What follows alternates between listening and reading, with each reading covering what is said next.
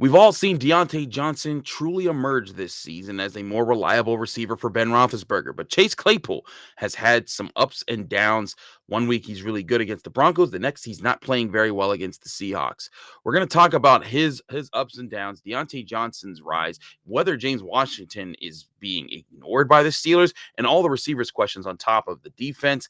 And we're going to get looking at Aaron Rodgers because the agency is back. Dean Iampietro, Josh Axelrod, back here on the Locked On Steelers podcast, and we are going to have a lot of fun with them on here. Thanks for making the Locked On Steelers podcast your first listen every day. We are free and available on all platforms. And this episode of the Locked On Steelers podcast is brought to you by McDonald's, proudly serving communities since 1965. McDonald's has always been more than just a place to get tasty, affordable food. It's an unofficial community center. A big thank you to our friends at McDonald's for always being there.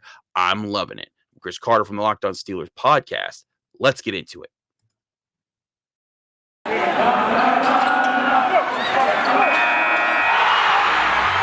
You are Locked On Steelers, your daily Pittsburgh Steelers podcast, part of the Locked On Podcast Network, your team every day.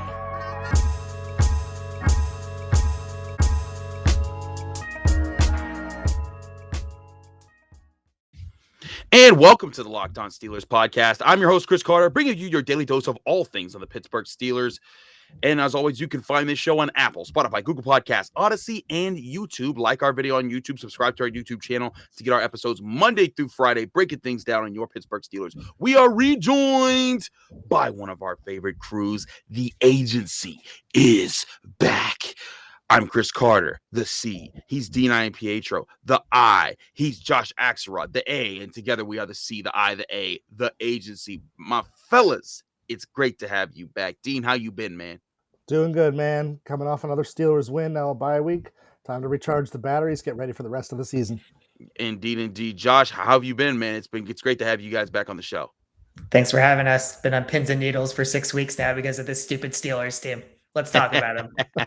Let's talk about them. Let's talk about the receivers because the Steelers receivers were a major asset coming into this season. Like, this was one of the positions that if you looked at the team, you said, okay, defensive line and receivers. Those are the two positions that you feel the most comfortable about. Now, the defensive line, it's been destroyed by injuries, whether it's Tyson Alualu or Stephon Tuitt or Carlos Davis. Like, that is a crazy situation. And even though Cam Hayward is playing out of his mind, but the receiver position has been one that has been really rough on the Steelers. Juju Smith-Schuster, of course, out for the season with an unfortunate injury to his shoulder. But also now you got a situation where Deontay Johnson has truly emerged, and in my opinion, to become a primary threat in the NFL. But you have Chase Claypool, who 1 week like against the Broncos, he's killing everybody. He's making big plays. He's showing he's a big threat. And then other weeks, he's just not winning the up and up balls or the 50-50 balls that he's being thrown down the sidelines. I wanted to ask you guys, what are your thoughts on Chase Claypool? I wanted to start with you, with Dean. Chase Claypool has not won many of those 50-50 balls, if any, but he still looks like he's a big threat out there. Do you think the Steelers are using him wrong, or do you think that he just needs to kind of buck up and make some more of those plays?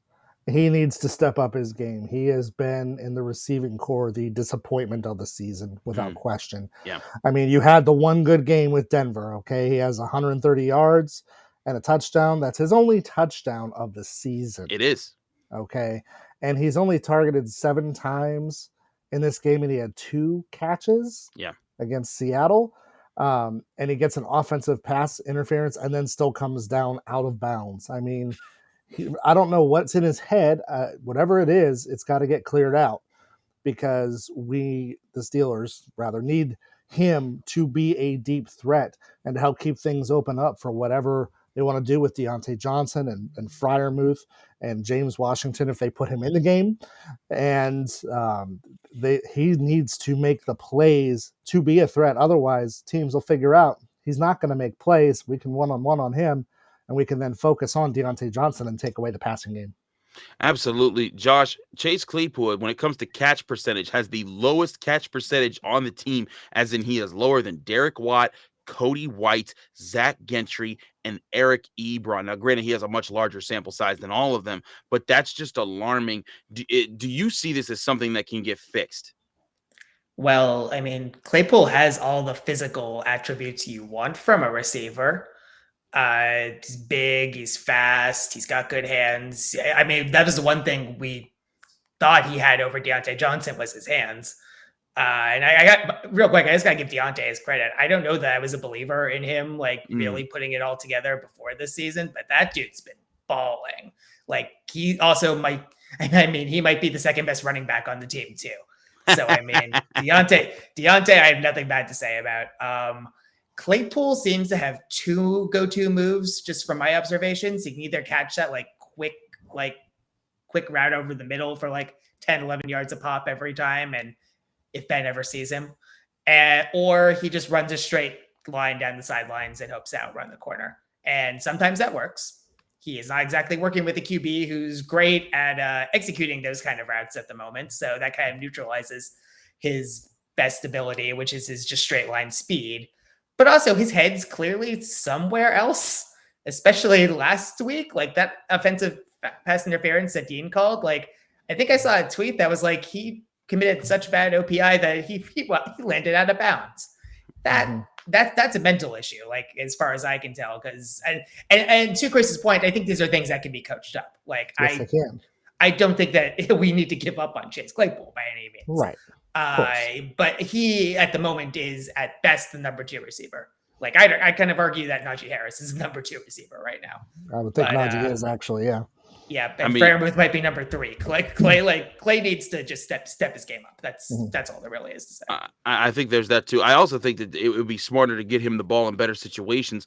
The one time you throw it deep to him over the middle, that's his only touchdown. I really think that that's the place you want to go to, not giving him 50-50 balls down the sidelines while that's being his struggling point. Maybe if James Washington can get healthy again, that's what you give him a chance to do, because that's actually his specialty when it comes to making those type of plays. But I agree with you both. Chase Claypool needs to step it up. That being said, Deontay Johnson, and I said this as I was covering the Steelers all through training camp, he was always the first guy on the field, the last guy off the field. Just after whatever work, before whatever work, and after whatever work the Steelers did that day, he would go out there, run around, someone would throw him a football, and he would just practice catching it over his shoulder, catching it there. This was the first game against the Seahawks that he had any drop that could be attributed to his hands this season, and that's impressive considering the drops he had last year. I think it says a lot that he's made those kind of strides already, and that they're finding ways to get the ball in his hands. I also think it says some of the throws that Ben Roethlisberger is giving him, he's starting to trust him as that playmaker receiver, and that is a big deal. Absolutely. Ben needs that guy to trust now. Juju was the guy. Okay. Yeah. So Yes. Ben needs that guy that he can just go to no matter what. It may end up being Freiermuth, but it's definitely in the interim right now, it's Deontay Johnson. Yeah, I mean, someone's got to figure out what to do with Washington. He's too good to not be getting the usage he's getting unless he's hurt, and they're just not telling us it's as bad as we think it is. Honestly, I was kind of just happy last game that Ebron was finally catching a couple balls. That hadn't happened for a minute, and Ebron emerged as possibly our best running back. So that was something I didn't expect. So the offense is still pretty versatile. They just need to shore up a few things and make sure the receivers all know what they're doing at any given time, frankly. No, I agree with that. James Washington, when Mike Tomlin was asked about him, he talked about that being a matchup thing or situational. Well, and while he said that, I was kind of like, you don't have to talk about injuries this week, so you're not going to talk about injuries this week. But the fact is, James Washington was injured the week before, didn't play against the Broncos, and then he caught one pass and was never seen again against the Seahawks. He was injured, and they were trying to keep it on the down low. To me, that speaks loudly, because they wouldn't just put Ray McCloud in over him just because. There's got to be reasons behind that. But we got to talk about the defense. I want to get you guys' thoughts on what the Steelers have been doing on defense. But first, I got to tell you guys about Get Upside. Hey, Steelers fans, this is Chris Carter with an incredible app for everyone who buys gas that needs to know about. It's called Get Upside.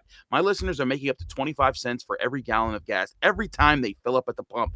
Just download the free Get Upside app in the App Store or Google Play right now. Use promo code TOUCHDOWN and get a bonus 25 cents per gallon on your first fill-up. That's up to 50 cents cash back. Don't pay full price at the pump anymore. Get cash back using Get Upside. Just download the app for free and use promo code TOUCHDOWN to get up to 50 cents per gallon cash back on your first tank. Some people who drive a lot are making as much as $200 or $300 a month in cash back, and there's no catch. The cash back gets added right to your account. You can cash out at any time to your bank account, PayPal, or an e-gift card for Amazon or other brands.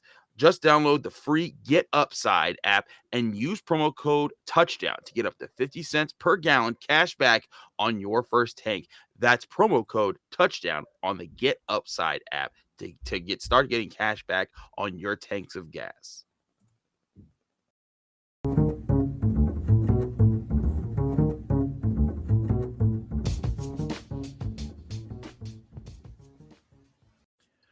Back here on the Locked On Steelers podcast, I'm Chris Carter here with Iampietro and Josh Axelrod. We make the agency here on our Wednesdays here. It's glad to have you guys back. We had to switch it up. We had to get Doug Whaley and some other guys in here, make room for other guests to populate the feed. But we had fans being like, yo, where are these guys? And we're like, we're bringing them back. Don't worry about it. But wanted to get you guys' thoughts on the defense. My general question is this defense still an elite defense? And they've had elite moments. I think there's no doubt about that when you look at this team. I mean, the fact is this defense has closed the last two games out with turnovers in situations where if they didn't close the game out, they were probably losing it. But absolutely still, you look at this situation and you're like, well, yes, but they still could have done better in other moments, right? Like you're still looking at the situation and saying, I don't know. They could have done better in these spots. Right now, when it comes to rankings, the Steelers rank about 14th in points allowed. They rank 16th in passing yards allowed. And they rank 12th in rushing yards allowed. All of that speaks not well to being elite. Speaks to them to being a decently good defense with playmakers on it, but they just haven't capitalized enough. Dean, what have you seen from the defense, and what do they need to do to step things up? Well, there's no way that constituted right now this is an elite defense. Mm-hmm. It has had the knack to make big plays when they needed to, but they needed to because they gave up leads. Yeah. To Denver and to Seattle. Yeah. They got gashed. Yeah. By Alex Collins. Mm-hmm. Gashed alive. Now, the good news is they'll be facing a Cleveland team that's banged up at running back, Chicago, Detroit. Chargers have Eckler. The Ravens are a running team. And then Minnesota and Tennessee with Cook if he's healthy. But Derrick Henry, oh my God. I'm a little scared what he's going to do to the Steelers. When Kansas City and Cleveland and Baltimore again. But if I'm another team, I looked at that third quarter and I'm like, okay, that's what we're going to do. That's what we're going to do. That's how we're going to beat this team. And the Steelers need to adjust to that. They need to find a way to just shut teams down once they have the lead. That if you want to be elite, you can't be 16th, 12th. Okay. You've got to be top 5 if you want to be elite. Yeah. I wouldn't even say they're very good. I'd say they're good, but they are not great right now. Yeah, injuries on the defensive line have caused a big problem for them. But maybe it is, the growing pains in some of the secondary.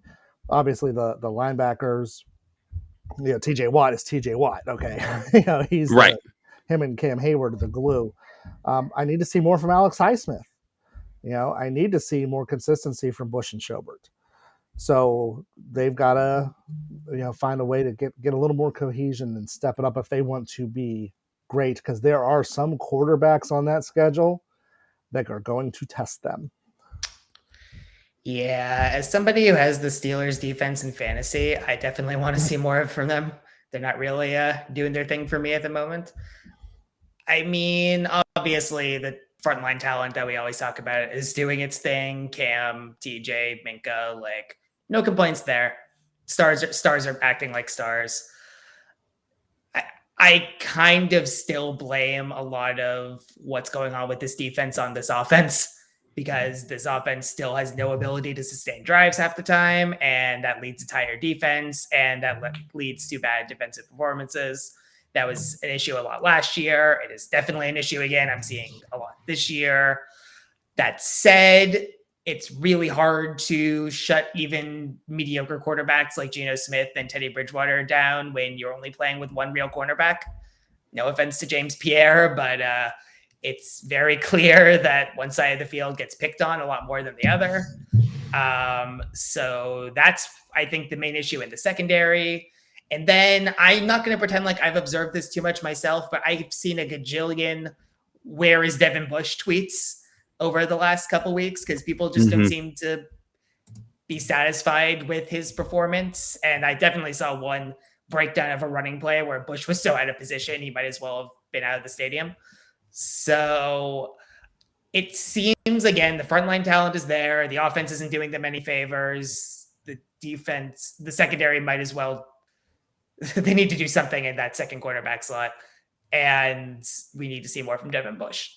Those are my takeaways so far. Well, first of all, if Tony Serino were here, he would bash all of you for dissing the elite name of James Pierre, because he was, because Tony Serino leads the James Pierre hype train. He had an interception to close out the Broncos, and almost had a forced fumble that closed out the Seahawks before TJ Watt's forced fumble was what closed out that game. I do agree Devin Bush needs to be better. I think part of it is getting him back into the fold after his injury, and then he wasn't on the he wasn't in the game. He got injured and wasn't able to be with the team for a longer period of time, and he's kind of getting his groove back. But I'm intrigued to also see how this plays out with the defensive line, because as I pointed out yesterday when I talked to Tony Serino, when I look back at the tape and I look at the all 22, a lot of the times Devin Bush is just getting swallowed up by the offensive line, and that's on the defensive line. Jack Lambert was a great and elite linebacker, but he was only as great as Joe Green and Ernie Holmes and Benny Banaszak. Like how those guys kept him free was a big reason why he was so great in the NFL. And that's something that Devin Bush has to be able to do to make this team be better, is that he has to be able to get free. He has to be able to roam, between the gaps, find the running back, make the play, and then play in pass coverage. But when he's dealing with oversized offensive linemen coming at him the way he was with the Seahawks, he's going to be ineffective. That's part of the big problem there. I do think that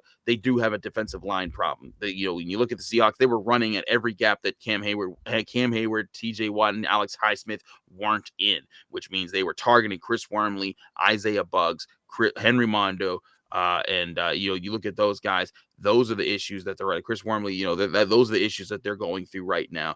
But I also agree that part of it was also the defense didn't want to sell out to stop the run. They wanted to leave guys back because they were tired of getting burned by whether it was James Pierre or Kella Witherspoon giving up big plays over the top. So that shows you that the defense feels vulnerable at two different spots there, whether it's defensive line up the middle or a cornerback outside, because that's where they've been hurt the most. And great defenses, you can afford to have one of those spots. When you start having multiple spots that you feel vulnerable in, that's when offenses can pick at you more, and that's been a problem this year. Yeah, and I totally agree with that. And the thing is, then how do you fix the defensive line? I mean, you have who you have. How do you make them better? It's a good question. Well, I mean, the answer there is to get Stephon Tuitt back at some point, but obviously there's no word on that. Yeah, I just hope he's doing well. I wish you the best, Stephon Tuitt. Absolutely. That's a big concern there. I think potentially the trade deadline is still here. You could look around for teams that are either heavy on the defensive line in their depth chart or not playing well and saying, you know what, we don't want to carry this guy's contract, and bring in a veteran who's going to be able to step in and say, hey, I'm going to help out Cam Hayward and give you some depth up the middle there. You could also get Carlos Davis back and see if he can help you a little bit. But there's definitely some concerns there across the board when it comes to this team's defense about how they can stuff the run and how they can keep the lid on the passing plays. They kept the lid on against the Seahawks when it came to the big plays, receivers running down the sidelines for big plays, but they have to keep that up if they want to actually be an elite defense this year. I want to get you guys' thoughts on another topic really shortly, a topic that Josh should be a little happy to talk about. We'll get to that in just a little bit. But first, I got to talk to you guys about McDonald's. This episode of Locked On Steelers is brought to you by McDonald's, proudly serving communities since 1965. McDonald's has been more than just a place to get tasty, affordable food. It's a place where friends and family can come to reconnect, a place where classmates can come meet up for a study group, knowing they'll have dependable Wi-Fi and endless supplies of French fries and McFlurries. Win or lose, it's a place where teammates, competitors, the home team, or the away team can come to recharge. It's the place you look forward to stopping at on a long road trip to rest your legs and refuel. I can tell you guys, there's been several times where I've been on road trips, just like this last weekend when I was in New York. On my way out, I got me some McDonald's breakfast. On my way back, I got me some McDonald's breakfast. I mess with the bacon, egg, and cheese biscuit. That's my jam. What's your jam in McDonald's? Head to your local McDonald's to refuel and reconnect. Somebody say Locked On Steelers watch party. I'm loving it. But we also are brought to you by Built Bar. If you want a healthy treat that tastes like a candy bar, Built Bar is the protein bar for you. It's the official protein bar for the U.S. track and field team, and it comes in so many different flavors. Whether you want a fruity snack like raspberry, strawberry, or orange, or something different like salted caramel, cookies and cream, Rocky Road, double chocolate, or real cookie dough, all the fire flavors, you could get them all because Built Bar has so many flavors for you to enjoy. And the best part, they're all healthy. They range from 130 to 180 calories. They pack 17 to 18 grams of protein, only 4 to 5 grams of sugar, and 4 to 5 grams of net carbs. As a tasty and healthy snack, they'll save you from eating the snack you'll regret later, and it helps anyone stay on task with their diet. Order today to get your favorite flavor delivered right to your door by going to built.com and use promo code LOCKED15. That's LOCKED15, LOCKED15, and you'll get 15% off your next order. Again, that's promo code LOCKED15 for 15% off at built.com. And y'all know what time it is. When we do back-to-back ad reads, we keep it rolling here on the Locked On Steelers podcast. Final topic here. Now, this is kind of old because it's a few weeks old, but we didn't get a chance to talk to you guys about it. And I'm going to let Josh lead this one. Josh, there's been a lot of romance in the air between Mike Tomlin and Aaron Rodgers. You saw Aaron Rodgers weeks ago comment about how he just really appreciates Mike Tomlin and how he just loves the way that he operates. He's heard so many great things. And then you saw during the Steelers-Packers game when Mike Tomlin called a timeout because Aaron Rodgers thought he had him in a situation, and Aaron Rodgers looks to the sideline and Mike Tomlin looks in the field and they're like, "What's up, buddy? I see you over there. You're my guy." And now there's all these fans being like, "Oh, they might get Aaron Rodgers." And we had former Steelers personnel director and former NFL GM Doug Whaley on this very show say he would not be surprised if the Steelers shocked the world and went out and got a quarterback like Aaron Rodgers or like a Russell Wilson to shake things up in next year's offseason. Josh, you've been banging this drum since, I want to say, April. You've been just tooting this horn to get Aaron Rodgers. Are you tooting it louder right now? Are you excited? I got to know how you're feeling, my man. You know, true visionaries are just never appreciated in their time. Eventually, they get vindicated. Usually, it takes a lot longer than it's taken me. But I'm gonna take a quick victory lap to everyone who said I was crazy, Dean. Y'all can suck it. I was clearly onto something. And it's not like it was that hot of a take. The Steelers obviously were going to be in need of a new quarterback next year, or at least I was hoping they were going to be. Chris seems to be very, very much have enjoyed that. I'm sorry. The way you said y'all can suck it, like dang, man. I stick by Tell us how you feel. Word. But yeah, no, the Steelers obviously needed a new QB. Rodgers was unhappy with his situation, and Rodgers is out there proving that age doesn't matter with him. So that 2-year contract with the Steelers, where he plays out the rest of his career and the Steelers work on finding a real long-term solution, looking pretty good, huh, Dean? Right, Dean? Doesn't that sound like a really good option for the next couple of years, Dean? Isn't that something you want to see, Dean? Is it though? Talk to me, Dean. Talk to me. Let's talk about fantasy and reality for a moment. And the reality is that this team is run by Art Rooney II. Okay? Art Rooney II doesn't make deals like that. They think, errantly, they've got something in Mason Rudolph. And who's to say that Ben's going to step down after this year? He might not. What if he doesn't? Then you're never getting Aaron Rodgers. Don't put that evil out there. It's a possibility. Ben might want to go one more round. And then what? And then are you really going to offer Aaron Rodgers the money Aaron Rodgers wants? I A can't lot take of things still need to fall into place for this to happen. Plus, unless you are Tom Brady, Father Time is undefeated. Are you going to bring Rodgers in at that time that his skills do start to deteriorate and pay him a ton of money and then crap away 2 seasons with him and his aging? I don't know if that's the best deal. I think you find your quarterback of the future. That's what you need to do. For the third time, I guarantee that whatever Rodgers gives the Steelers over the next 2 years will be better than what Ben's giving them right now. I don't know. You all can roast me if I'm wrong. We will. I fully expect to be. I guarantee you that will be better. Hot roast in the oven, baby. You know who really wants to get Aaron Rodgers to the Steelers? Pittsburgh dad. Oh, another of course he online does. legend. Y'all saw that? That wonderful Pat McAfee Aaron video. Rodgers here. Yeah, okay. Sure, Pat McAfee. Okay, whatever. I mean, yeah, it's a nice fantasy to get Aaron Rodgers as he is right at this moment here. It's not going to be what you get. You're going to have an aging quarterback who at some point his skills are going to deteriorate. Could be next year trying to learn a new offense with the personnel that we have. There's no Devontae Adams here. Deontay could be just as good. Deontay's proving to me that he can at least be a playmaker. He can be elite at least. I'll say this. Ben Roethlisberger's current cap number that counts against the Steelers is $25.9 million. He's still the most expensive Steeler on their on their salary cap this year, and they still have $10.6 million according to overthecap.com. In 2022, their cap space jumps to $48 million.